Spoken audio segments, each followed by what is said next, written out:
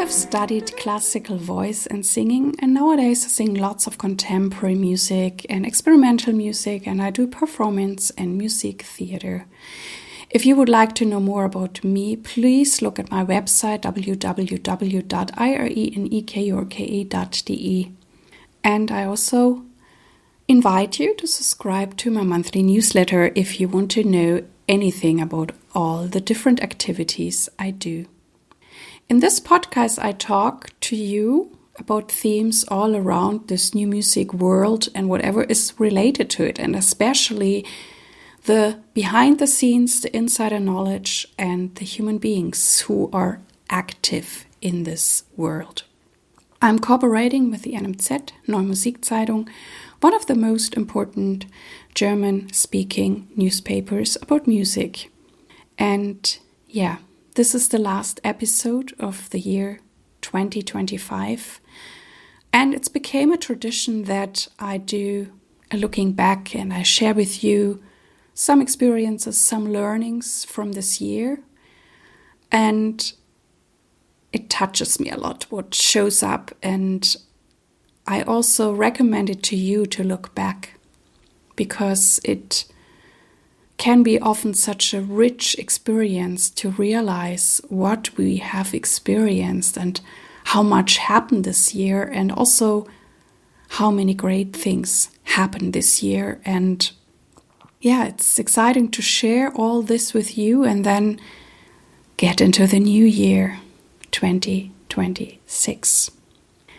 And well, where do I start? So much happened in this year for me. It was a very intense year and a very rich and fulfilling year for me. And at some places, things really happened in a way that went over anything I could imagine. There were times I grew a lot, or maybe I even was forced to grow a lot. And sometimes when I look back, I think I have done things that almost don't seem human. I really, grew so much. And I know there will be even more expansion for me in 2026. I'm already feeling the changes and whatever. Yeah, I can kind of smell already. And I also feel it will happen in even more lightness. And yeah, I'm excited about that. Yeah, so where do I start? I'm looking back and I'm very proud that I not just sang at many, many different great places in Germany, and that I had so many great collaborations, that I'm so lucky that I work with such great colleagues who are amazing musicians and also amazing human beings. And I feel very, very privileged that this is happening this way. And the other thing I'm really, really thankful for is that I have been singing in 5 other countries outside of Germany. I've been to Poznan, Poland. Beautiful experience. I've been there before, and it's always very nice, very, very warm-hearted, great people who I work with there. I've been the first time to Timișoara, Romania, and I also liked the vibe a lot. And there's a chance I will be going back next year. So keep your fingers crossed for me. So that was also great. And in Poznan I was singing solo repertory. In Timișoara I was singing with Martin Wistinghausen, who's a bass singer and componist. And we have been working now for 6 years. And it's also always such a delight to work with Martin. Well, then I have been to Graz, Austria, and Athens, Greece, with the composer Christina Vanzou, who I have met in 2023, and we have been collaborating since then, and I'm such a big fan of her work. It's so magic. And every time we perform, it is so, so special. And sometimes she includes other musicians, and they're also just amazing. And I must say, she also brings me to great places. I mean, I enjoyed Graz, but definitely I enjoyed Athens. I was at the sea. I also sent them over to the island Aegina. Definitely, I went to the Acropolis and saw all those old temples, this old culture. And yeah, I really enjoyed it so much. The friendliness, the straightness of the Greek people, the amazing food. And well, I was a person who had lots of Latin at school. And so I'm also quite familiar with those old culture, like the Roman Empire and the Greek Empire. And so, yeah, it's always great to go to those places and feel this old, old history. I've been to Luxembourg, to Rainy Days Festival, with a project that, yeah, went all over my borders probably I had before. I did the piece Embodiment with the composer Leah Moyer, and I did a whole podcast interview with her on our work and how we were able to do this now. I met Leah about 10 years ago in Berlin, and we started working together quite fast.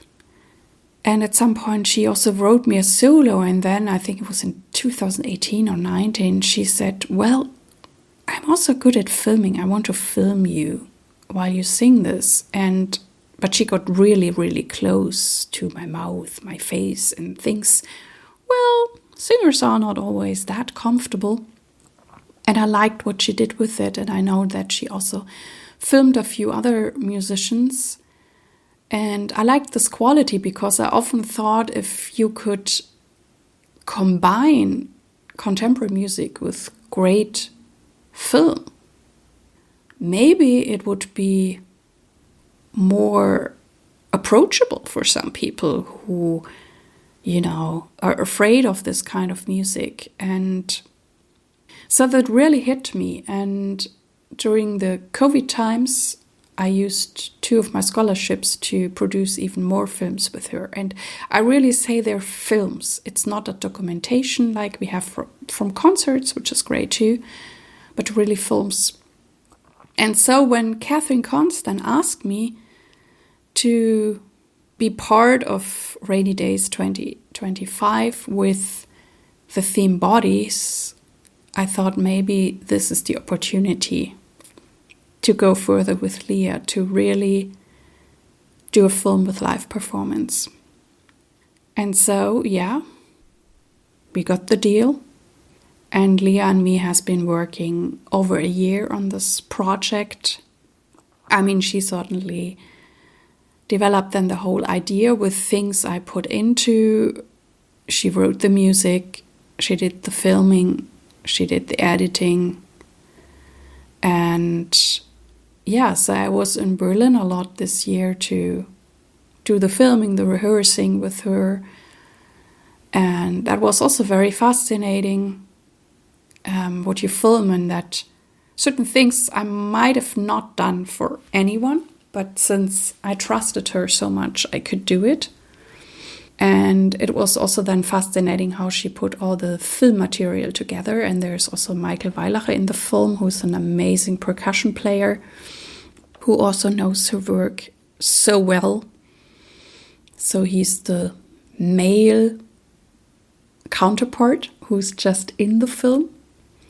And yeah, and then it grew over the summer, and then she sent me the film, then she sent me the music, and then I had to record it here, and then she put it together with the music. Then it was about the timing and about the cues, because I would not see the film. I would be in front of the film, but how do I react to it? Because it was really this idea to also really interweave it, that it becomes one, the movie and me.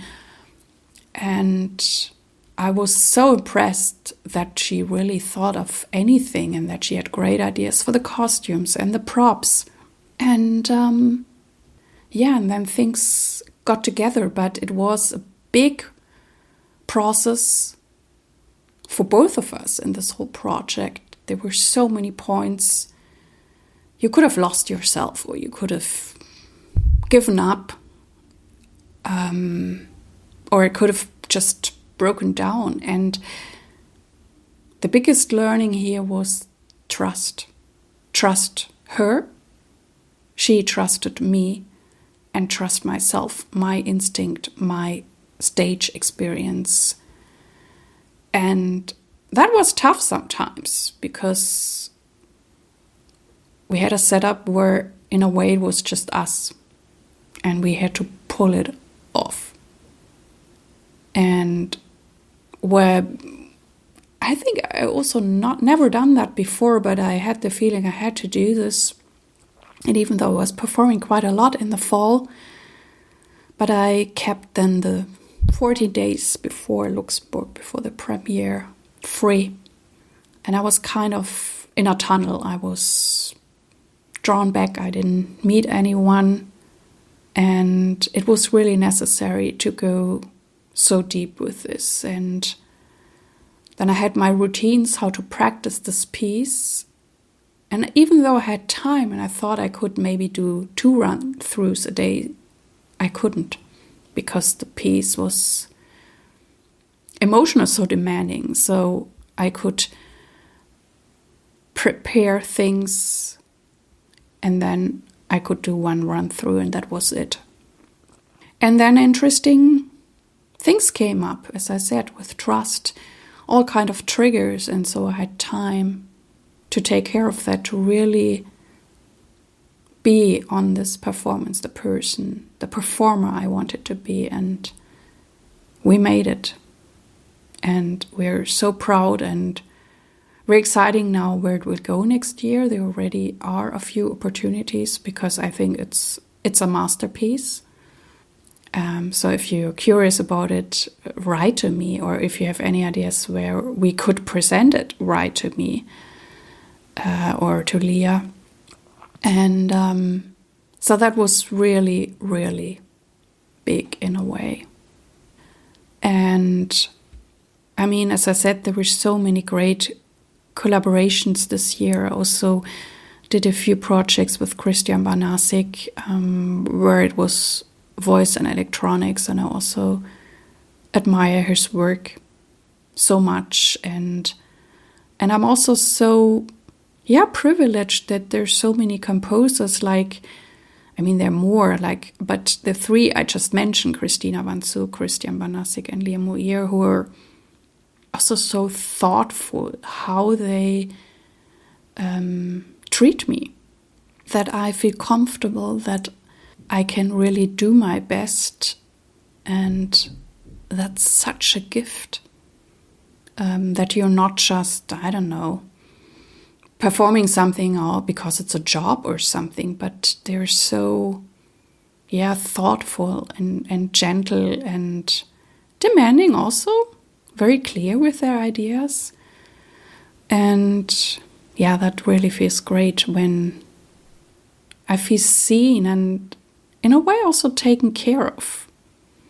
That wherever I am, or Christina Vanzu often was so concerned that I would get good food or so. I mean, she knows I like good food, but I mean, there's so many charming gestures in those collaborations, and so I'm very, very thankful. And as I said, there's so many great musicians and colleagues in my life, and I was in Greece, and I have been to the sea a few times this year, and I discovered, I think it started last year, that I really like the North Sea.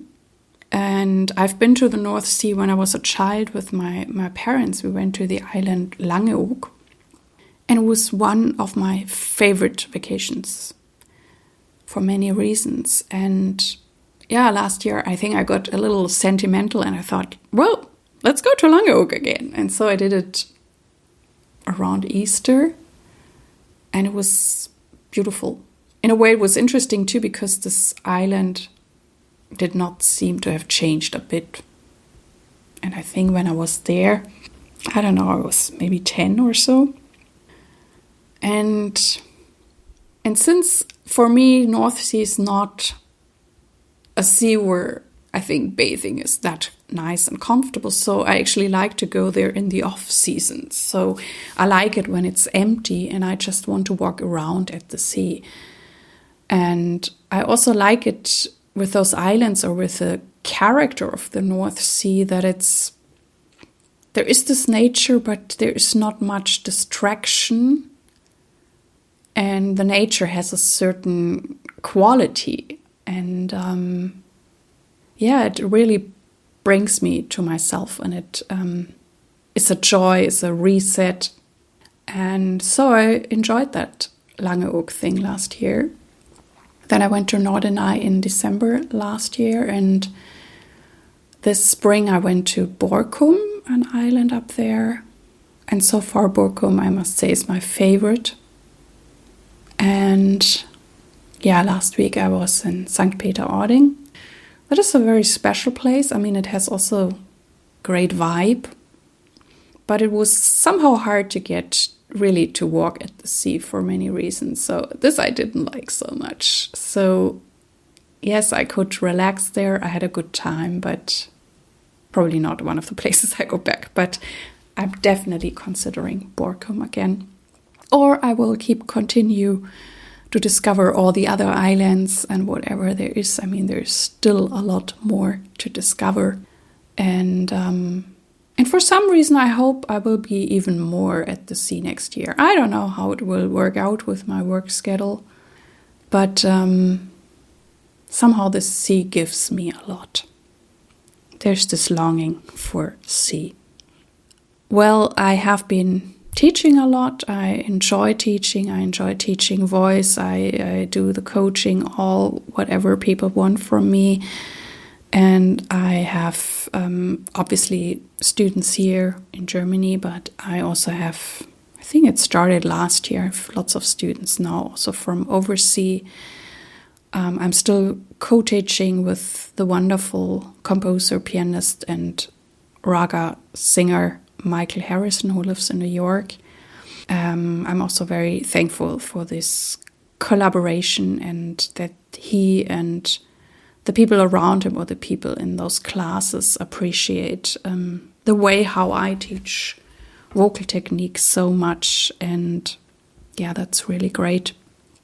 And the other thing that was fascinating, that I have this radio show, KOWS Radio Summit. I started in March, and I'm also thankful for this experience, that you never know where it will lead to. But on the other hand, I realized it's fun and I'm great that I could do it, and I will do it until the end of February, and then I will stop with it.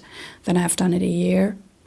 That I realized, because this is about music, about presenting music, and I mean, I know lots of music, and I think I curated quite well. But I realized to do this and announce music, it's not something that really lights me up.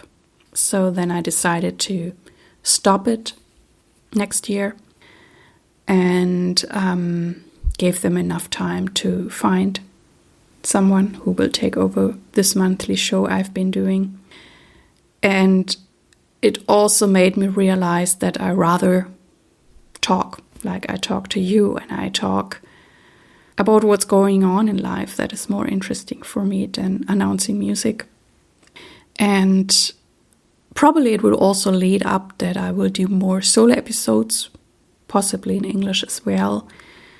Because when I look at the download numbers, I realized that you really like my solo episodes.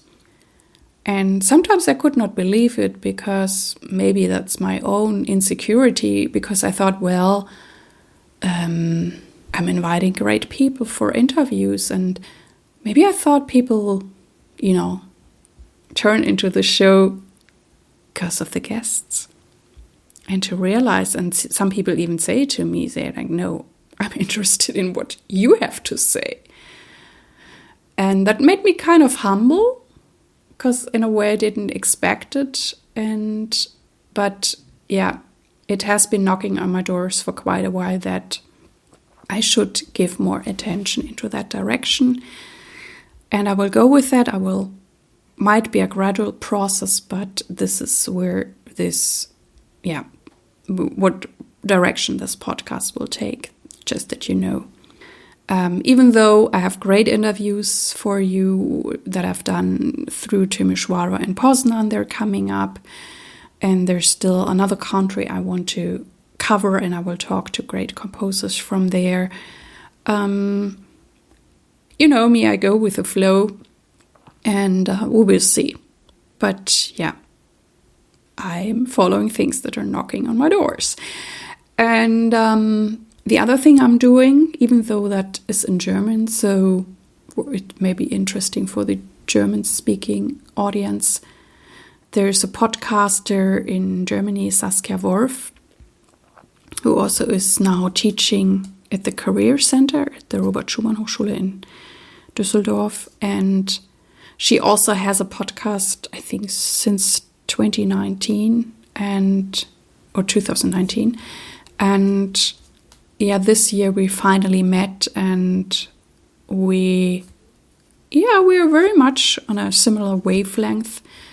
And so we interviewed each other, but we decided also that we will do a quarterly show next year where we cover things we observe in this music world or whatever interests us, and also play around with this format, because it seems for both of us we're a match, and this is maybe a good next step for both of us. And also to, when you collaborate with another podcaster, and I oftentimes when I started out, I wanted to do it all along, but I think I told you, at least in the German-speaking countries, I was the first who was talking about contemporary music or music like with an independent podcast, and so there was no one I could collaborate with, because I always observed other podcasts, and in other areas they could always invite each other. And the cool thing is that,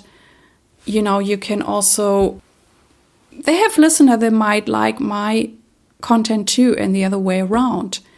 And so finally, this is happening with Saskia Worf, and we will see what happens, because I think we also have a different listener group. And yeah, this is another great step. Then I also had the honor to have been interviewed by Jerry Fialka. Those interviews are on YouTube. He has been quite close with Frank Zappa, and he's an amazing and very interesting interviewer. And when he reached out to me that he wanted to interview me, and I said, okay, yes. And then I looked at one or two of the interviews, and they're very philosophic. And I thought, I'm not even sure if I can do this. But I like to jump into things. I like to try out new things. So I thought, okay, let's do it. And it was even live. There was no way things would get edited or so. And then I was there with him, and he liked it so much that he invited me for a second part. And so it's often fun to do things where you're a little bit afraid, where you're like, can I really do this? Such topics, is my English good enough? And people were telling me, no, your English is amazing. Well, so Gary Fialka. And the other thing that came into my life, it has been touching me quite a while, but there was a big change this year. that I'm very interested in psychology. I'm interested in alternative healings and all that, and it has been accompanying me for quite a while. And as I also mentioned in some places, I have been coaching with certain tools, and it always was somehow on the side next to my singing career. I did not make a big fuss about it, but somehow people found me, and I always had clients for the last 14 years. And then I got to know a certain body work, and I also realized, yes, mindset is cool, psychology is cool, energy work is really cool. But if you don't take your body with you, where also all the subconscious lies, sometimes you will not get where you want to get, because your body is always stronger than your mind. And I also have this picture that your body is an elephant, and everything that has to do with your mind is a fly, and the fly sits on the elephant. And if the fly wants to go right and the elephant wants to go left, who's gonna win? And so I got to know this great body work, which I now call Best Move. And I went to a few workshops in cities that are not that close to my city. I had to travel quite far. And it really changed a lot. It made me also very stable, especially in those challenging times we have now. And I can really align myself to what I want. And I was thrilled, and it was like missing piece of puzzle, the missing link.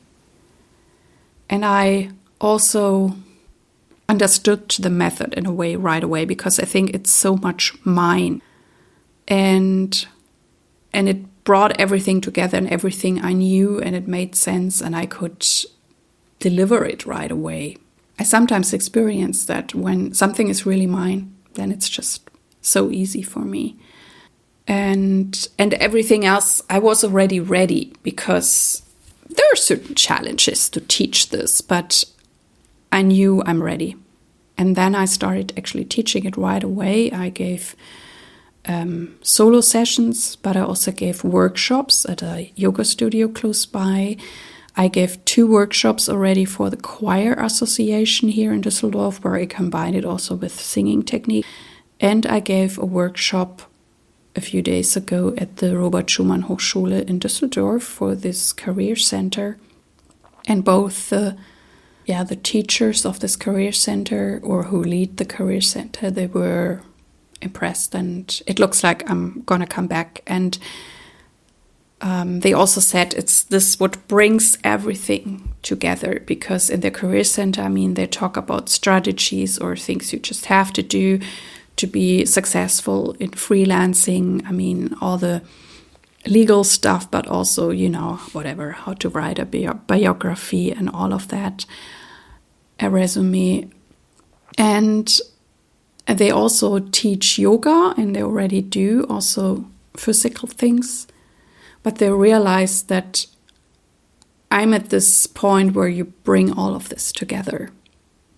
And then you can pursue your strategy even better, because your body is following you, like I said, the elephant and the fly. And so they really liked it, and the students did a great job. They were really open to experience this with me. And so they want to ask me back, and they want to also tell other Musikhochschulen about it. And it's the course I wish I had when I was a young voice student. So in that way, a circle closes, and it's so great to bring now a lot of my expertise into those Musikhochschulen conservatories. My singing technique that some people find very outstanding. Anything I can do with coaching and this body work called Best Move. Yeah, I think that's what I wanted to share about this wonderful year, or at least was wonderful for me in so many regards. And rich, very rich. And this podcast goes out on the 23rd of December. And so I now have the opportunity to wish you a very, very blessed, beautiful, magic Christmas this year. I wish you all the rest, and I also wish you a good transition into the new year, and that also all your wishes come true in 2026.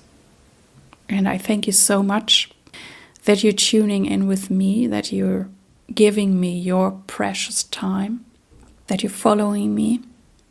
We're quite a big community all around the world. That's amazing and very touching for me. And I'm thankful if you tell your friends, your colleagues about this podcast.